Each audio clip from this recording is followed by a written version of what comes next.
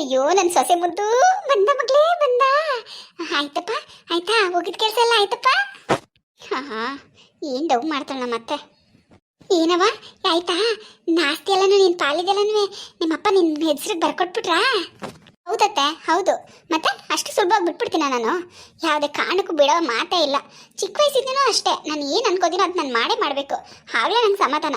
ಅವ್ರಿಗೆ ಕೊಡ್ತಿದ್ರು, ಆದರೆ ನಾನೇ ಇಸ್ಕೊಳ್ಳೋದ್ರಲ್ಲಿ ಒಂದು ಮಜಾ ಇದೆ ಅತ್ತೆ. ನನ್ನ ಪಾಲಿನ ಆಸ್ತಿ ಎಲ್ಲ ನನ್ನ ಹೆಸರಿಗೆ ಇವತ್ತು ರಿಜಿಸ್ಟರ್ ಆಯಿತು. ಇವತ್ತಿಂದ ನಾನು ಕೋಟ್ಯಾಧೀಶ್ವರಿ ಅತ್ತೆ.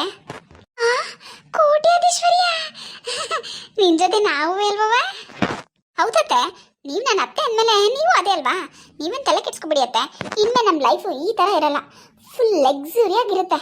ನೀವು ಏನು ಯೋಚನೆ ಮಾಡಬೇಡಿ, ಇನ್ಮೇಲೆ ನೋಡ್ತಾ ಇರಿ. ನೀನೇನೇ ಮಾಡ್ತಾ ಇದೀಯ ಇಲ್ಲಿ? ಯೋಶಿಕಂತ ಬಂದಪ್ಪ ಬಾ. ಏನು ಗೊತ್ತಾ, ನೋಡಪ್ಪ ಹಂಗೆಲ್ಲ ಮಾತಾಡ್ಬಾರ್ದು. ಹಾಗೆಲ್ಲ ಯಾಕೆ ಬೈತಿ? ಅದ್ಯಾಕೆ ಕೋಪ ಮಾಡ್ಕೊಂಡಿದಿ? ಪಾಪ ಅವಳೇನು ಅವಳಿಗೋಸ್ಕರ ಮಾಡ್ತಿದ್ದಾಳೆ ಹೇಳು? ಈ ಮನೆಗೋಸ್ಕರ, ನಿನ್ನ ತಂಗಿಗೋಸ್ಕರ, ನಮಗೋಸ್ಕರ, ನಿನಗೋಸ್ಕರ ಅಲ್ವಾ? ನಮ್ಮೆಲ್ಲರಿಗೋಸ್ಕರ ಪಾಪ ಅಷ್ಟೊಂದು ಅವ್ರ ಮನೆಯವ್ರನ್ನೆಲ್ಲ ಎದುರಾಕೊಂಡು ಅವಳು ಪಾಲಿನ ಆಸ್ತಿ ಬರ್ಸ್ಕೊ ಬಂದವಳೆ. ಅವಳ ಮೇಲೆ ಯಾಕಪ್ಪ ಕೋಪ ಮಾಡ್ಕೊಂಡು, ಯಾಕಪ್ಪ ರೇಗಾಡಿ? ಬಾಯ್ ಮುಚ್ಕೊಂಡು ಸುಮ್ಮನೆ ನಿಂತ್ಕೊಂಡೆ ಸರಿ ನೀನು. ಇಲ್ಲ ಅಂದ್ರೆ ಹೆತ್ತ ತಾಯಿ ಅಂತ ನೋಡೋದಿಲ್ಲ ನಾನು. ಏನಾಗಿದೆ ನಿನಗೆ? ಏನಮಾಗಿದೆ ನಿನಗೆ? ಏನಕ್ಕೆ ನೀನು ಆಸ್ತಿ ಆಸ್ತಿ ಅಂತ ಸಾಯ್ತಿದ್ಯಾ? ಅವಳ ಮನಸ್ಸಲ್ಲಿ ಇಲ್ಲದೆ ಇರೋದೆಲ್ಲ ಹುಟ್ಟಾಕಿರೋದೆ ನೀನು. ನನಗೆ ಗೊತ್ತು ನಿನ್ನ ಬಗ್ಗೆ ಏನು ಅಂತ. ಅಲ್ಲ, ಗಂಡನೇ ಬೇಕಾಗಿಲ್ಲ ಅಂತ ಕಳಿಸ್ಬಿಟ್ಟಿಯಲ್ಲ. ಅಪ್ಪ ಎಷ್ಟು ಬೇಜಾರು ಮಾಡ್ಕೊಂಡು ಹೋದ್ರು ಗೊತ್ತಾ? ಅವ್ರು ಹೋಗುವಾಗಲೂ ತಡಿಲಿಲ್ಲ ನೀನು. ಏನಾಗಿದೆ ನಿನಗೆ? ಯಾಕೆ ಹಿಂಗೆ ಆಸ್ತಿ ಆಸ್ತಿ ಅಂತ ಸಾಯ್ತಿದ್ಯಾ? ಶ್ರೀಕಾಂತ್, ಏನಾಗಿದೆ ನಿಮಗೆ? ಏನಕ್ಕೆ ಅತ್ತೆಗೆ ಬೈತಿದ್ದೀರಾ? ನಿಮ್ಗಂತೂ ಬುದ್ಧಿ ಇಲ್ಲ. ಅತ್ತೆಗಾದ್ರೂ ಇದೆ ಅಲ್ವಾ, ಅದನ್ನ ಯೂಸ್ ಮಾಡ್ಕೊಳ್ಳಿ. ಸುಮ್ಮನೆ ಬಾಯಿಗೆ ಬಂದಂಗೆ ಮಾತಾಡೋದಲ್ಲ ಶ್ರೀಕಾಂತ್. ಸ್ವಲ್ಪ ತಲೆ ಉಪಯೋಗಿಸಿ. ನೋಡಿ, ನಮಗೆ ಅಂತ ಬರೋ ದುಡ್ಡನ್ನ ನಾವು ಯಾಕೆ ಬಿಡಬೇಕು?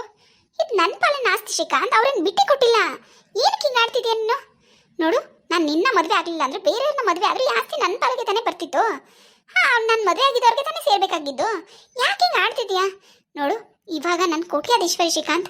30 ಕೋಟಿ ಆಸ್ತಿ ಇದೆ ನನ್ನ ಹೆಸರಲ್ಲಿ. ನಾವಿಬ್ಬರು ಆರಾಮಾಗಿ ಸುಖವಾಗಿ ಸಂತೋಷವಾಗಿರ್ಬೋದು. ಪ್ರತಿದಿನ ಎಂಜಾಯ್ ಮಾಡ್ಬೋದು. ವರ್ಲ್ಡ್ ಟ್ರಿಪ್ ಹಾಕ್ಬೋದು. ಎಷ್ಟೆಷ್ಟೆಲ್ಲ ಎಂಜಾಯ್ ಮಾಡ್ಬೋದು ಗೊತ್ತಾ? ನೀನು ಯಾಕೆ ಅರ್ಥ ಮಾಡ್ಕೋತಿಲ್ಲ ಶ್ರೀಕಾಂತ್? ಹೌದಮ್ಮ, ಹೌದು. ನಿನ್ನ ಆಸ್ತಿ ಅಂತಸ್ತೆಲ್ಲ ನಿನ್ನ ಹತ್ರನೇ ಇಟ್ಕೋ. ನೀನು ವರ್ಲ್ಡ್ ಟ್ರಿಪ್ ಹಾಕು, ಎಲ್ಲಿ ಬೇಕಾದ್ರೂ ಸುತ್ತು, ಎಷ್ಟು ಬೇಕಾದ್ರೂ ಎಂಜಾಯ್ ಮಾಡು, ಏನು ಬೇಕಾದ್ರೂ ಮಾಡ್ಕೋ. ನಿನ್ನಿಷ್ಟ. ನಿನಗೂ ನನಗೂ ಇವತ್ತಿಂದ ಯಾವುದೇ ಸಂಬಂಧ ಇಲ್ಲ. ನಿನಗೆ ಈ ಮನೇಲಿ ಜಾಗ ಇಲ್ಲ. ಅರ್ಥ ಆಯ್ತಾ? ಶ್ರೀಕಾಂತ್, ಒಳ್ಳೆ ಹುಚ್ಚಿನ ಥರ ಮಾತಾಡಬೇಡ ನೀನು. ನೋಡು, ನೀನು ಮನೆಯಿಂದ ಆಚೆ ಓಡಿಸಿದ್ರೆ ನಾನೇನು ಬೀದಿಲಿ ಬಿದ್ದಿರಲ್ಲ. ನನ್ನ ಹತ್ರ ಬೇಕಾದಷ್ಟು ದುಡ್ಡಿದೆ. ನನಗೆ ಹೆಂಗೆ ಬೇಕು ಹಂಗಿರ್ಬೋದು. ಆದರೂ ನಾನು ಇಲ್ಲಿ ಯಾಕೆ ಬಂದಿದ್ದೀನಿ ಹೇಳು? ನಿನಗೋಸ್ಕರ ಬಂದಿದ್ದೀನಿ. ಸ್ವಲ್ಪ ಅರ್ಥ ಮಾಡ್ಕೋ ಶ್ರೀಕಾಂತ್. ಒಳ್ಳೆ ಹುಚ್ಚಿನ ಥರ ಆಡ್ತಿದ್ಯಲ್ಲ. ನೋಡು, ಸ್ವಲ್ಪ ದೇವ್ರ ಬುದ್ಧಿನೇ ಕೊಟ್ಟಿಲ್ವಾ ನಿನಗೆ? ದುಡ್ಡಿದೆ ಶ್ರೀಕಾಂತ್. ನೀನು ಇಷ್ಟೊಂದು ಕಷ್ಟಪಡೋ ಅವಶ್ಯಕತೆ ಇಲ್ಲ. ನಾವು ಆರಾಮಾಗಿ ಇರೋಣ. ಏನಕ್ಕೆ ಹಿಂಗೆ ಆಡ್ತಿದ್ದೆ ಶ್ರೀಕಾಂತ್ ನೀನು? ನೋಡು ಪಿಂಕಿ, ನಿನ್ನ ಹತ್ರ ದುಡ್ಡಿದೆ, ನೀನು ಶ್ರೀಮಂತೆ, ನಿನ್ಗೆ ಏನು ಬೇಕಾದ್ರೂ ಆಗಿರ್ಬೋದು. ಆದರೆ ನಾನೇನು ಅಲ್ಲ.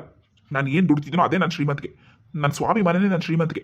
ನನ್ನ ಒಳ್ಳೆತನೇ ನನ್ನ ಶ್ರೀಮಂತಿಗೆ. ಅದನ್ನೇ ನನ್ನ ಶ್ರೀಮಂತಿಗೆ ಅಂತ ಬೆಳ್ಕೊ ಬಂದಿರೋ ನಾನು. ನನ್ನ ಹತ್ರ ನಿನ್ನ ಆಟಗಳೆಲ್ಲ ಬೇಡ. ನಾನು ನಿನ್ನೆನೇ ಹೇಳಿದ್ದೀನಿ, ನೀನು ರಿಜಿಸ್ಟ್ರೇಷನ್ ಆಫೀಸ್ಗೆ ಹೋಗಬಾರ್ದು ಅಂತ. ರಿಜಿಸ್ಟ್ರೇಷನ್ ಆಫೀಸ್ಗೆ ಹೋದ್ರೆ ಅವತ್ತೇ ನಿನ್ನ ಸಂಬಂಧ ಮುಗೀತು ಅಂತ ಹೇಳಿದ್ದೀನಿ. ಆದರೂ ಹೋಗಿದ್ಯಾ. ಆದರೂ ನಿನ್ನ ಹೆಸರು ನೀನು ಏನು ಬೇಕೋ ಅಂತ ಮಾಡಿಸ್ಕೊಂಡೇ ಬಂದಿದ್ಯಾ. ಅಂದಮೇಲೆ ನಿನಗೂ ನನಗೂ ಯಾವ ಸಂಬಂಧನೂ ಇಲ್ಲ. ನಿನಗೆ ಆ ಆಸ್ತಿನೇ ಮುಖ್ಯ, ಆ ದುಡ್ಡೇ ಮುಖ್ಯ. ನಿನ್ನತ್ರ ಹೇಗಿದ್ರು ದುಡ್ಡಿದೆಯಲ್ಲ, ಮತ್ತು ನನ್ನ ಅವಶ್ಯಕತೆ ಏನಿದೆ? ಈ ಮನೆ ಅವಶ್ಯಕತೆ ಏನಿದೆ? ಇದೇ ಥರ ಯಾವ್ದಾದ್ರು ದುಡ್ಡಿರೋನ್ನ ನೋಡಿ ಮದುವೆ ಮಾಡ್ಕೊ. ನಿನ್ನ ಲೆವೆಲ್ಗೆ, ನಿನ್ನ ಬುದ್ಧಿಗೆ ಎಲ್ಲ ಸೂಟ್ ಆಗೋ ಥರ ಇರ್ತಾನೆ. ಬಾಯ್ ಮುಚ್ಕೊಂಡು ಈ ಮನೆಯಿಂದ ಆಚೆ ಹೋಗು ಅಂದರೆ ಹೋಗು. ಹೋಗ್ತೀನಿ ಶ್ರೀಕಾಂತ್, ಹೋಗ್ದೆ. ಈ ಮನೇಲಿ ಇರೋಕೆ ಬಂದಿದ್ದೀನಿ. ಈ ಮನೇಲಿ ಇರೋ ಆಸೆ ಇದ್ದಿದ್ರೆ ನಾನೇ ನಮ್ಮಪ್ಪನ ಹತ್ರ ಆಸ್ತಿ ಬರ್ಸ್ಕೊತಿದ್ದೆ ಹೇಳು? ಈ ಮನೇಲಿ ಇರೋಕ್ಕೂ ಇಷ್ಟ ಇಲ್ಲ ನನಗೆ. ಹೋಗ್ತೀನಿ. ನೀನೇನು ಹೇಳೋದು ಬೇಕಾಗಿಲ್ಲ. ಛೇ, ಈ ಮಿಡಲ್ ಕ್ಲಾಸ್ ಲೈಫ್ ತುಂಬ ಕಷ್ಟ ಅಪ್ಪ. ನನಗಂತೂ ಸಾಕಾಗೋಯ್ತು. ಅದು ಹೆಂಗೆ ಬದುಕ್ತಿದ್ರೋ ನೀವು, ದೇವರೇ ಗೊತ್ತು. ದೇವರಿಗೆ ಬಲ್ಲ. ಅಪ್ಪ, ತಲೆ ಕೆಟ್ಟು ಹೋಗ್ತಿದೆ ನನಗೆ. ಈಗೇನು ನೀನು ಇದನ್ನು ಒಪ್ಕೊಳ್ಳೋದೇ ಇಲ್ವಾ? ನೀನು ಹಠನೇ ಸಾಧಿಸ್ತೀಯ ನೀನು? ಯಾವುದೇ ಕಾರಣಕ್ಕೂ ಒಪ್ಕೊಳ್ಳಲ್ಲ. ನಿನ್ನೂ ಒಪ್ಕೊಳ್ಳಲ್ಲ, ಜಾಸ್ತಿನೂ ಒಪ್ಕೊಳ್ಳಲ್ಲ. ಹೋಗ್ತಾ ಇರೋ ಅಂದ್ರೆ ಹೋಗ್ತಾ ಇರಬೇಕು. ಶ್ರೀಕಾಂತ್, ಬೇಡ ಕಣಪ್ಪ, ನನ್ನ ಮಾತು ಕೇಳೋ. ನೋಡು, ಅವಳು ಬೇರೆ ಯಾರನ್ನ ಮದುವೆ ಆಗಿದ್ರು ಅವ್ರ ಆಸ್ತಿ ಕೊಡ್ತಾ ಇದ್ರು ಕಣಪ್ಪ. ಅದು ಅವಳಿಗೆ ಸೇರ್ಬೇಕಾಗಿರೋದು ಆಸ್ತಿ ಕಣೋ.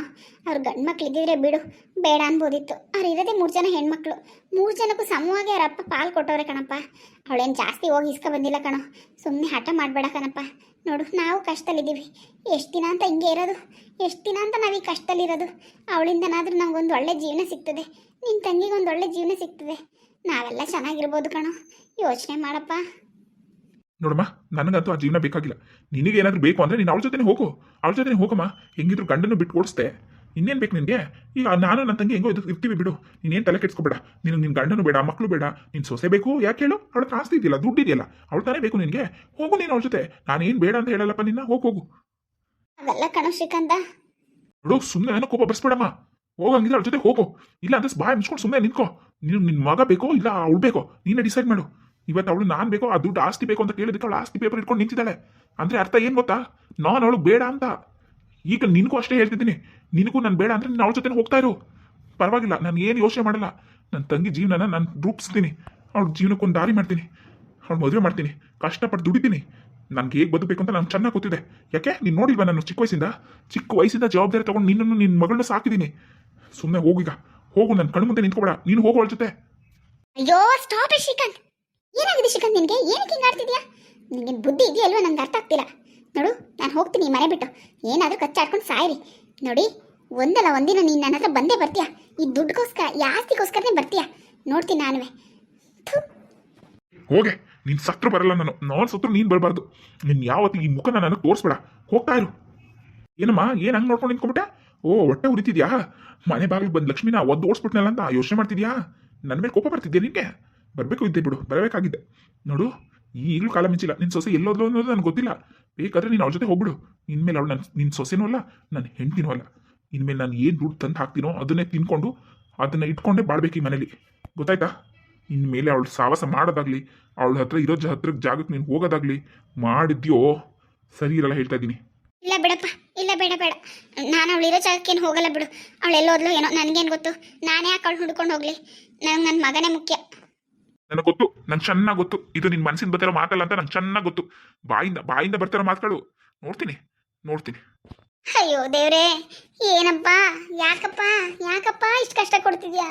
ಇಷ್ಟು ವರ್ಷ ಅಂತೂ ಬರೀ ಕಷ್ಟದಲ್ಲೇ ಕಣ್ಣೀರಲ್ಲಿ ಕೈ ತೊಳೆದಿದ್ದೀವಿ. ಇನ್ಮೇಲಾದ್ರೂ ನಮ್ಮ ಜೀವನ ಚೆನ್ನಾಗಿರುತ್ತೆ, ಇನ್ಮೇಲಾದ್ರೂ ನಾವೆಲ್ಲರ ಥರ ಬಾಳಿ ಬದುಕ್ಬೋದು ಅಂತ ಏನೇನೋ ಆಸೆ ಇಟ್ಕೊಂಡಲ್ಲಪ್ಪ. ಹಿಂಗೆ ಮಾಡ್ಬಿಟ್ನಲ್ಲ ನನ್ನ ಮಗ, ಎಲ್ಲನೂ ಹಾಳು ಮಾಡ್ಬಿಟ್ನಲ್ಲ. ಅಲ್ಲ, ಆಸ್ತಿ ಅಂತ ಸಾಯೋ ಈ ಕಾಲದ ಹುಡುಗರನ್ನ ನೋಡಿದ್ದೀನಿ. ಇವನು ಯಾಕಪ್ಪ ನನ್ನ ಹೊಟ್ಟೆಲಿ ಈ ಥರ ಹುಟ್ಬಿಟ್ಟ? ಕೋಟ್ಯಾಂತರ ರೂಪಾಯಿ ಆಸ್ತಿ. ಅಯ್ಯೋ ದೇವ್ರೆ, ಎಲ್ಲಾನು ತಗೊಂಡು ಹೋಗ್ಬಿಟ್ಲಲ್ಲಪ್ಪ. ಎಲ್ಗೋದ್ಲೋ ಏನೋ. ಇಲ್ಲ, ಅವಳು ಎಲ್ಲೋ ಹೋಗ್ತಾಳೆ ನೋಡ್ಕೋಬೇಕು. ಫಸ್ಟ್ ಅವಳಿಗೆ ಫೋನ್ ಮಾಡಬೇಕು, ಎಲ್ಲಿದ್ದಾಳೋ ಏನೋ ವಿಚಾರಿಸ್ಬೇಕು. ಇಲ್ಲ, ಹಿಂಗೆ ಬಿಟ್ಟರೆ ಇದನ್ನ ಸರಿ ಹೋಗಲ್ಲ. ಹಾಯ್ ಫ್ರೆಂಡ್ಸ್, ಎಲ್ಲರೂ ಹೇಗಿದ್ದೀರಾ? ಎಲ್ಲರೂ ಚೆನ್ನಾಗಿದ್ದೀರಾ ಅನ್ಕೋತೀನಿ. ನನ್ನ ವೀಡಿಯೋಸ್ ಎಲ್ಲ ನೋಡ್ತಾ ಇದ್ದೀರಾ, ಸಪೋರ್ಟ್ ಮಾಡ್ತಾ ಇದ್ದೀರಾ, ತುಂಬ ಥ್ಯಾಂಕ್ಸ್. ದಯವಿಟ್ಟು ಇದೇ ಥರ ನೋಡಿ ಸಪೋರ್ಟ್ ಮಾಡಿ. ಯಾರು ನನ್ನ ವೀಡಿಯೋನ ಸಬ್ಸ್ಕ್ರೈಬ್ ಮಾಡ್ಕೊಳ್ದೆ ನೋಡ್ತಿದ್ದೀರೋ ದಯವಿಟ್ಟು ಸಬ್ಸ್ಕ್ರೈಬ್ ಮಾಡ್ಕೊಂಡು ನೋಡಿ. Thank you so much.